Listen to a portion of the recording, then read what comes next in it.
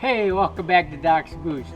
This is part 2 of being held for ransom. Remember, I did a part 1 about my GT500 was being held for ransom.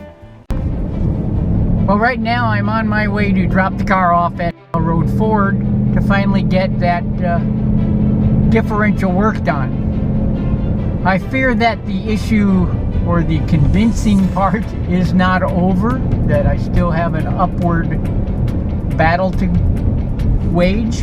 It's a pretty long story. Look, if you didn't like the way the Game of Thrones ended, I'll definitely get you in a better mood because this had a much better ending.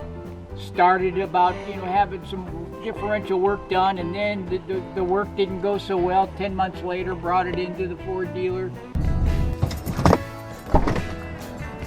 Okay, so I guess, part 2 is all about trying to get the whole thing resolved. I finally got the car back May 7th.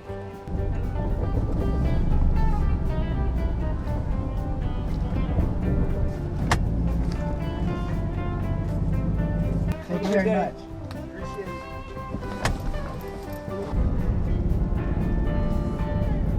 Well, now we get a chance to see if the whole job worked out to my advantage or not.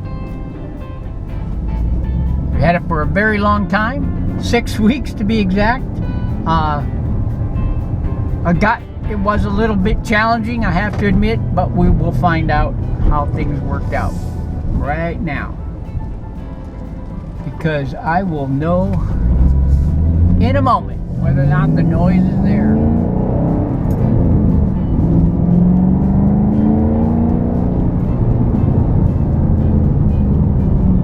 And I can tell you right now already that the noise is gone. Success. They did it. I guess they finally took their time. They finally got it right. And whoever did the job, kudos to the man who got the job done right. I've got no whine on the drive side, no whine on the coast side, and it's a perfect job. I am more than pleased, and I appreciate the effort.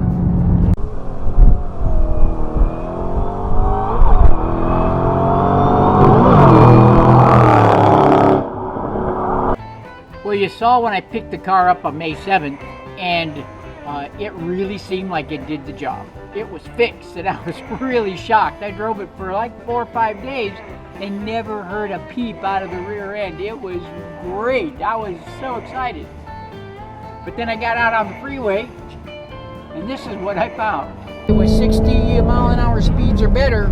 You start getting a little whine in there, a little humming along, just as it did before, but not as loud. So we really made progress this time. After 3 attempts since November to fix the rear end, we got a lot of good things going on now, but it's still not fixed the way it should be. So then I wasn't so excited after that. I mean, you have to admit, they were in there 3 times in the last 6 months, and they still didn't get it right. Almost. It's a lot better, but still didn't get it right. Do I want them to do it again? Nope, already told them that. As long as I drive it around town, it sounds just perfect, and I was really happy for that. Happy to get the car back. But I wasn't done, because it still needed to be resolved. There's still that $2,600 that I feel I need. This whole thing was a warranty job, and I need that money back. Whether they really fixed it or not, they still owe me that money. Well, I just didn't want to stop there, so I ended up emailing Ford. I sent that email off to the CEO and board of directors from Ford. Here's the email that I was telling you about. So we got some Ford family members in there. See, it was about a little longer than a page. Summarized it up saying that I have the car in my possession now. I've got the car back on May 7th after 6 weeks of being in the shop. And I deserve to be reimbursed $2,600 because number 1, the repair was under warranty, and number 2, it's still not fixed. Wrote a 1.5 pages summarizing the whole ordeal from beginning to end. And the very next morning, I got a phone call from Lynn, a gal who works at Executive Resolution from Ford in Michigan, and we went over the whole situation from start to finish. After that, she said she had to call the Ford dealer and get their side of things and then review the whole process. Got some documents, got copies of the work orders, copies of me, you know, paying the bill, of course, credit card statements, you know. Well, what happened was they're going to give me $2,000 back. Well, I'm glad the same writers who wrote the Game of Thrones didn't respond to my email. There you go. That's all I got to say. Because we'd be singing a lot different song now if that was true. Yeah. They decided that, yes, I was inappropriately charged.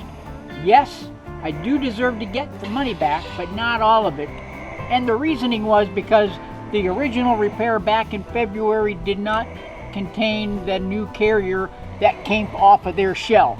So they wanted me to pay for the carrier out of all of that, and I'm okay with that. We're good. I got exactly what I was hoping for. Who could ask for more than that? The only thing that's being worked out right now is who's going to give it to me, or actually where it's going to come from. It's either going to come from Ford in Michigan, which is going to take about 4 weeks, or they're going to authorize the dealership here to give me a check, which might take, you know, 2 to 2.5 weeks. So I know things don't always work out this way, but I'm glad they did. All them people from Game of Thrones wish it worked out that way. No. Yeah, I guess if only the season finale for Game of Thrones worked out this way, everybody'd be a lot happier, right? Right. Bottom line is the resolution's done. I got what I wanted, and everything's great.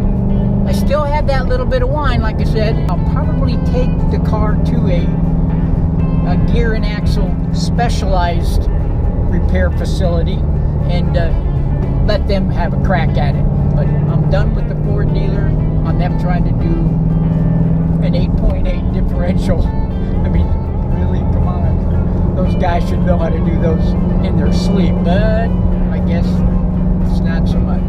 All right. Hey, but anyway, if you haven't subscribed to Doc's Boost, go ahead and take care of that right now. Click on that red button down below and leave some comments. If anybody out there has any good shops that are reputable in Phoenix, Arizona, and would like to recommend somebody, we'd be grateful. Just put it in the comments below. Great idea, Paul. That's really a good idea.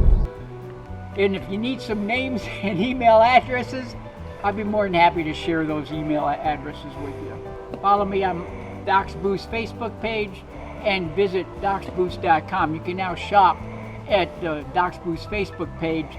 You can actually click on some Amazon links and get some high performance parts and get some Shelby gear. So make sure you do that.